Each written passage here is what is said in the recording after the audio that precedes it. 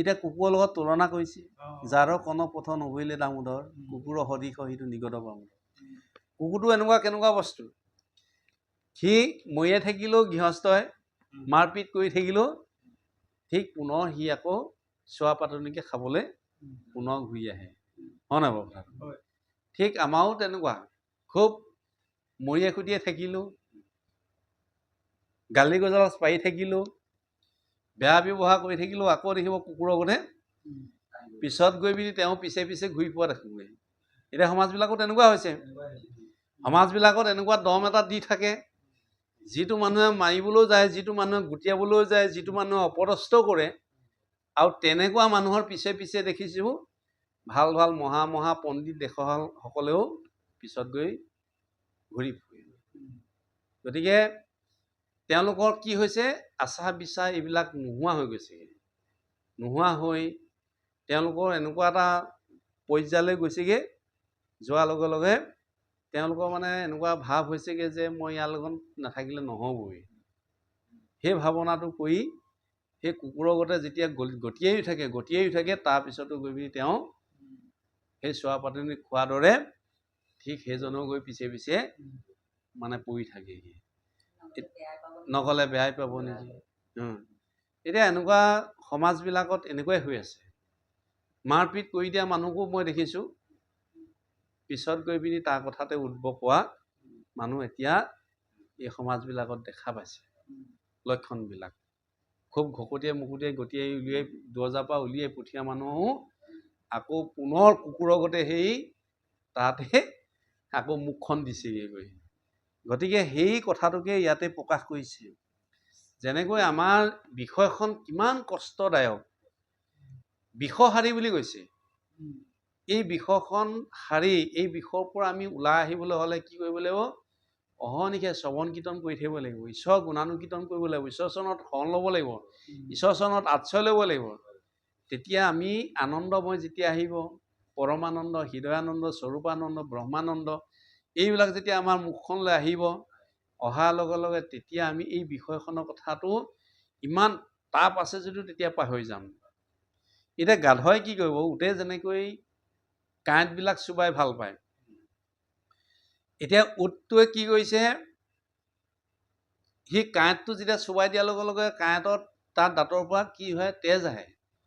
সি তেজটোকে খাই ভাল পাই থাকে। এতিয়া আমাৰ সমাজবিলাকো বা মানুহবিলাকো তেনেকুৱা, যে আপুনি সমাজখনত ঘূৰি ফুৰিছে, যে আপোনাক ধ্বংস কৰিবৰ কাৰণে এখিনি মানুহ লাগি আছে। সেই কাঁইট এখিনি আপোনাৰ লগতে আছে, কিন্তু তথাপিতো সেই কাঁইটখিনিকে আপুনি ভাল পায়, আপোনাৰ বেয়া গুণখিনি যিখিনি গাই আছে সেইখিনিকে লৈ পিনি আপুনি সেই তেজ ওলোৱাৰ দৰে আপুনি বহুত আনন্দ লাভ কৰি আছে। এদিন যে ধ্বংস হ'বগৈ, এদিন যে এই কাঁইটে চুবাওঁতে তেজ ওলাওঁতে নিজেই যে ধ্বংস হ'বগৈ, সেই কথাটো পাহৰি যায়। গাধই ঠিক তেনেদৰে বোজা পাওঁতে তথাপিতো সি কেক নকৰে, মানে যে ইমানেই যে মোক মানে ভাৰ বোৱাইছে, সেই কথাটো অনুভৱ নহয়। গতিকে সেইকাৰণে আমাৰ অনুভৱ আহিব লাগিব, তেতিয়াহে আমি ইয়াতে তেতিয়াহে আমি এই কথাটোকে ইয়াতে প্ৰকাশ কৰিছে। এতিয়া ভকতৰ পদৰেণু যিসকলে নলয়, জীৱন্ততে মৰি থকা, এনেকৈ মৰি থকা মানুহ আৰু যি থকা মানুহ, এই মানুহ দুটাই আছে। এতিয়া মৰি থকা একেবাৰে সৰ হৈ পৰি থকাটোও বেলেগ, জীৱন্ততে মৰা সিটো। কিছুমান লৈ বহি থকা মৰা মানুহ দেখিছোঁ। তাৰমানে কি? এই ভাল কথা ক'লে সি বেয়া নাপায়, সি বুজি নাপায়। সেইটোকে কৈছে, সাধুঙৰ কথা ক'লে সি বেয়া পায়, তাক অকল ধন টকা পইচা এইখিনি লাগে, কেনেকৈ ঘটো এইখিনি কথা চিন্তা কৰি থাকে, কেনেকৈ বেয়া চৰিত্ৰ বেয়া ব্যৱহাৰ এইখিনিকে কৰোঁ বুলি ভাবি থাকে। সেইজনকে কৈছে সাধুঙলৈ যিসকল নাহে বা আহিলেও সাধুসংগত আহি পিনি যিসকলে অত্যাচাৰ কৰি থাকেহি, যিসকলে ভাও ধৰি পিনি সমাজখন বিশৃংখলতা কৰি থাকেহি, ঈশ্বৰৰ গুণানুকীৰ্তনৰ কথা কোনোদিন শ্ৰৱণ নকৰে, নামত বহিব নোৱাৰে, সেইসকলে কৈছে জীৱন্ততে মৰা। যি আছে যদি মৰি আছে, চলন কলন কৰি আছে কিন্তু মৰা, সেইটোকে ইয়াত প্ৰকাশ কৰিছে। সেইকাৰণে আমি সেই যে সৰলে যাব নালাগে, ৰূপান্তৰ হ'ব নালাগে, আমাৰ কাণবিলাক কি কৰিবলৈ কৈছে? ঈশ্বৰৰ গুণানুকীৰ্তনকে শ্ৰৱণ কৰিবলৈ দিছে। নাকেৰে কি বুলি কৈছে? নাকেৰে ভাল মানে ঘাম কৰিবলৈ কৈছে, হয় নাই বাৰু? চকুৰে ভাল বস্তু চাবলৈ কৈছে, হয় নাই বাৰু? চকুটো চাবলৈ যাব, কিন্তু চকুৰে চোৱাটো গ'লেই চোৱাটো আৰু দৃষ্টিগোচৰ হোৱাটো পাৰ্থক্য আছে, হয় নাই বাৰু? সেইকাৰণে কৈছে, কি কৈছে? ভকতৰ জন যেন সুখ বিপৰীত, স্বপ্নটো নেদেখৈ জ্ঞানী কৰ্মী কদাচিত। ভকতৰ ইমানেই সুখ, কিন্তু সুখ হ'বলৈ হ'লে কি কৰিব লাগিব? আমি ভাল বস্তু চাব লাগিব, ভাল বস্তু দৰ্শন কৰিব লাগিব। আমি এতিয়া বেলেগ বস্তু পোৱাৰ লগে লগে গৌৰৱটো কৰিলোঁ আমি চকুটো, সেইখন বুলি আমি গা ধুলোহি নেকি বা? তাৰমানে আমি তাত আকৰ্ষণটো কৰা নাই, হয় নাই বাৰু? চোৱা আৰু এনেই চাই থকাৰ পাৰ্থক্য বেলেগ।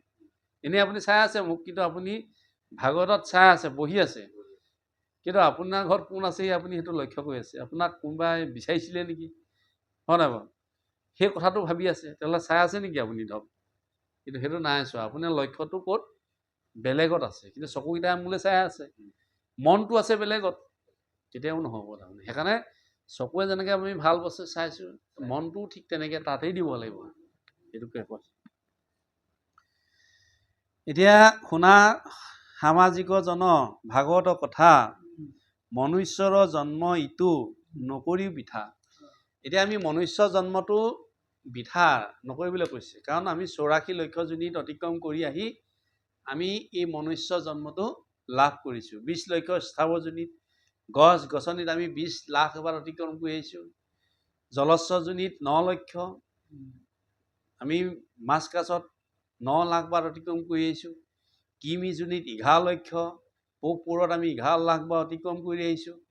চৰাই যোনিত 10 লক্ষ, মানে বাঘ সিংহত আমি পশুজনিত আমি 30 লক্ষ বাৰ অতিক্ৰম কৰি আহিছোঁ। 4 লক্ষ বান্দৰ, এই 84 লক্ষ অতিক্ৰম কৰি আহি আমি মনুষ্য লাভ কৰিছোঁ। কিন্তু গীতাত কৃষ্ণই অৰ্জুনক কৈছে যে অসংখ্য জীৱ আছে সংসাৰৰ ভিতৰতে, মনুষ্যই ভজে আনে ভজিব নোৱাৰে। যদিও মই অসংখ্য জীৱ সৃষ্টি কৰিছোঁ, মোক ভজিব পৰা শক্তিটো কেৱল মানুহৰে আছে। সেইখন বুলি অৰ্জুন চব মানুহে নোৱাৰে, মনুষ্য সহস্ৰ মধ্যে পুণ্য আছে যাৰ, যিসকলৰ পুণ্য আছে তেওঁহে ভজিব পাৰে, গতিকে চবেই নোৱাৰে। সেইকাৰণে ইয়াতে প্ৰকাশ কৰিছে এইটো। বিশ্বামিত পৰাশৰ আদি মুনি গণ, জলবায়ু পত্ৰ মাত্ৰ কৰন্ত ভোজন,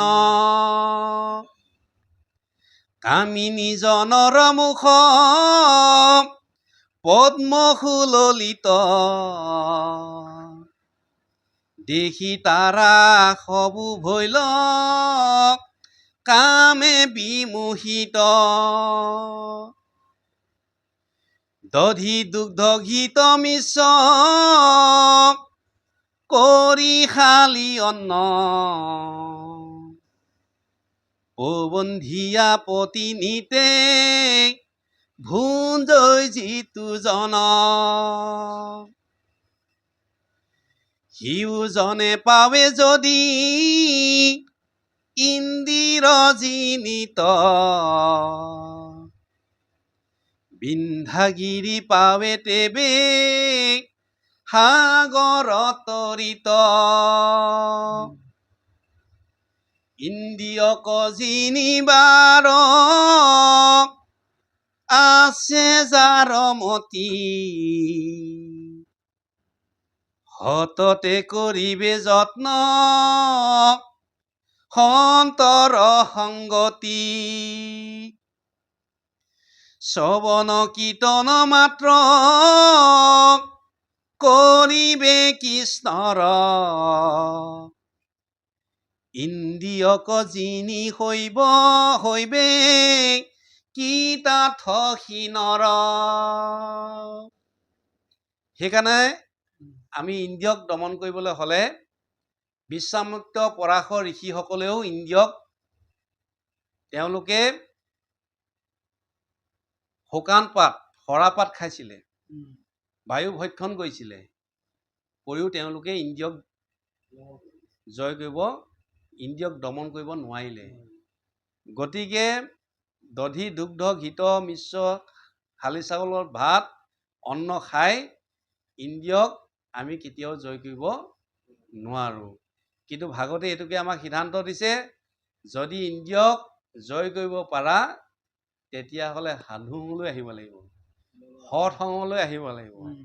এতিয়া সাধু কোন অসাধু কোন এই কথাখিনি ভালকে বিচাৰ কৰিব লাগিব। তাৰমানে বিচাৰ কৰা দায়িত্বটো আমাৰ মনুষ্যটো দিছে নহয়। আমাক এটা ভগৱন্তই সুন্দৰভাৱে মাথা এটা দিছে। এই মাথাটোৱে কি কৰিব লাগিব, ভাল বেয়া আচাৰ বিচাৰ ন্যায় অন্যায় সুখ দুখ এই গোটেই কথাখিনি চালি জাৰি চাই আমি বেয়াবিলাক পৰিহাস কৰি ভালবিলাক ল'ব লাগিব।